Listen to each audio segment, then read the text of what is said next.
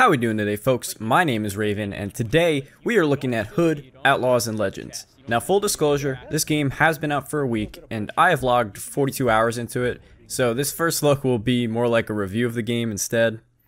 The description of the game is as follows. In a violent medieval world, outplay rival gangs in intense PvPvE multiplayer heists, moving in stealth to steal treasures unseen, or dominating through loud and brutal combat. Only the best will escape with hard-earned riches. After putting in so many hours, I can say that I really enjoy this game. I haven't stopped playing it all week, but to be fair, it does have its share of flaws, because no one is perfect.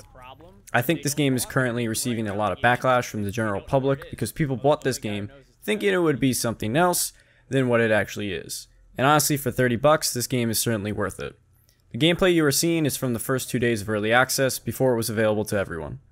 You and up to 3 other friends can jump in and play some medieval cops and robbers.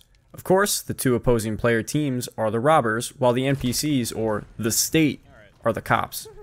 It's a simple 3-step process. Steal the key from the sheriff, open the vault with said key, and then extract the chest and run away with the gold. The gameplay itself feels fine for me, but other people have expressed their opinions of it, feeling clunky and slow. The stealth mechanics include crouching in bushes where you are invisible to the guards, assassinating said guards from behind, or whistling and throwing rocks to distract them. Some of the weaker guards are pretty stupid and easy to kill. Some instances I have just crouch walked right past them, looking at me, and end up just circling around them and killing them anyway. You can also go guns blazing and just sprint everywhere, hammering guards left and right as John, if you want to experience that. But in the end, if you can maintain stealth, then do it. It pays.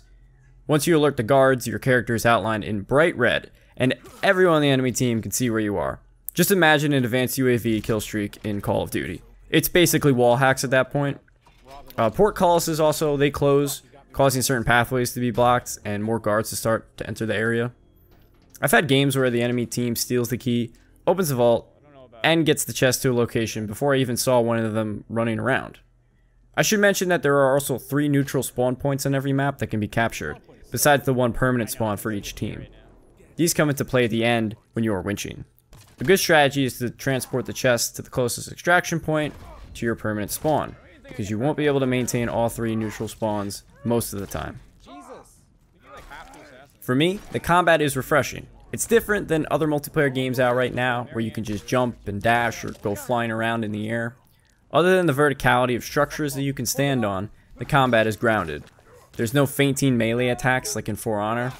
The melee characters have light or heavy attacks, as well as being able to block and parry. The ranged characters can melee, but they only have light attacks. And instead of blocking, they dodge. And those dodges have iframes. Yes, you can spam melee attacks and crush teams with ranged characters, but everything has its give and take. A coordinated team will easily beat a full melee composition, for example. Sure, in the first few days, that's what people were doing, playing as full teams with Johns, but the game has been out for a week now, and things have changed. People have adapted. Speaking of John, the game right now is 4 playable outlaws, each one having a passive, an ability, which I've been calling the ultimate, and a throwable piece of gear, essentially a grenade with different effects depending on who you are. John, Robin, Took, or Took, and Marianne are your options. John is melee and can lift open portcullises for his team. He can throw explosive grenades, and his ult gives him more stamina, damage, and defense. Took is extended melee because he has a flail for a weapon. His passive is that he regenerates stamina quicker than everyone else. His ultimate is a team heal if you're close, but it also reveals all enemies in a sphere around him. His grenade is gas, which drains the stamina of anyone inside it. Both of these characters carry the chest faster than the ranged ones. Robin is ranged, and when he tags enemies, the outlines on them last longer. His ultimate is an explosive arrow that explodes after a short delay, and his grenade is a flashbang. Marianne's passive allows her to assassinate guards from any direction, not players. She has a crossbow that can shoot up to 3 arrows at a time, or shoot one individually.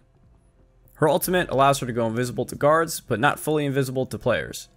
Lastly, she has a smoke grenade, and obviously that obscures vision. Having said all that, the game has a 3-slot perk system that modifies the gear or ultimate in different ways. Typically, each perk has some kind of drawback to it. A quick example is you can change Robin's ultimate arrow to explode on impact, but at the cost of a significant range reduction. Or I can carry 2 flashbangs and their effects are increased. Hey guys, Future Raven here. I just want to mention quick that, because I forgot to in the original recording, but with the perk system, you actually unlock more perks as you progress the character's level. So that might frustrate some people. I can definitely see why. There are some pretty strong perks and you don't get access to them till like character level 6 or something, so it does require you to play the game a little bit. But if that's something that bothers you, keep that in mind. Touching on combat again, like I said, most of the basic guards are easy to kill and manageable. But once the chest has been taken from the vault, fully armored knights start to spawn. These take a little bit longer to kill as melee, but as Robin and Marianne, your arrows don't inflict any damage. You can still assassinate them if you crouch behind them. Their attacks also hit harder, and it can be a bit confusing once both teams are fighting over the winch. The most fun I've had with this game so far is fighting over said winch. I've had really fast winching times where we took the chest there in such stealth that we can get it right away, or we end up fighting over the winch for 10 minutes or more. There is a checkpoint system, so every one you hit, you gain more gold. In order to win the game, you need to get past the last checkpoint. You could theoretically let the other team get all the way to the last checkpoint, then kill them and push the last little bit and win, but you won't receive as much gold.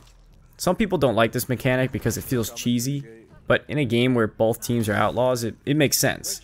You want as much gold as possible, so if you get all the checkpoints but still lose, your team gets more gold than the other.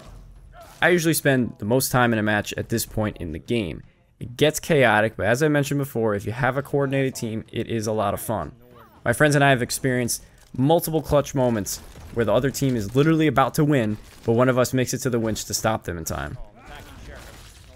To touch on the things I don't like, we can start with there being no restriction on character limit. You can pick 4 Johns and steamroll, and it might work, but as a Robin player, even if I maintain my distance in fights, it's a little hard to outplay 2 Johns sprinting at you and attacking with a heavy that can instantly kill you. I can't dodge both. Some of the guards glitch around a little bit. I've had some teleport short distances. I've had them ice skate. The sheriff has a certain gravitational pull around him at times, which is annoying because he instantly kills you.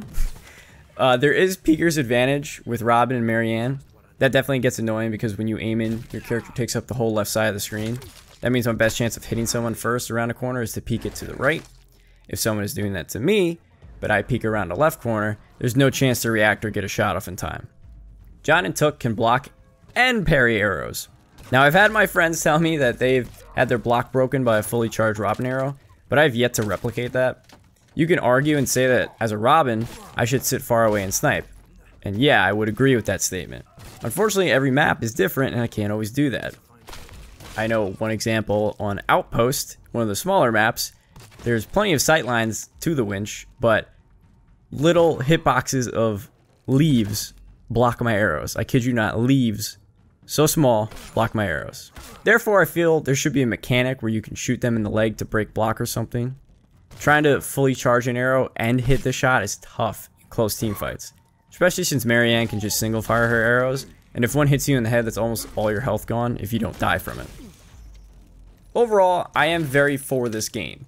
The devs have been pretty transparent so far about listening to the community and addressing bug fixes as well as balance changes that we'll see in the future. During my experience playing on day 1, I was having boatloads of fun. That's right, boatloads of it. I mostly play Robin, so I experience hitting headshots across maps and stopping the winch with an explosive arrow in clutch moments often. The future seems bright, and I believe this game will have a good community backing it. They already teased the new Outlaw, but it was just a skewed picture of her face. There may be more information somewhere, but I haven't researched it. And looking back at one of the trailers, I did see a winter theme map, so expect more maps eventually. If you have any questions, feel free to leave them below.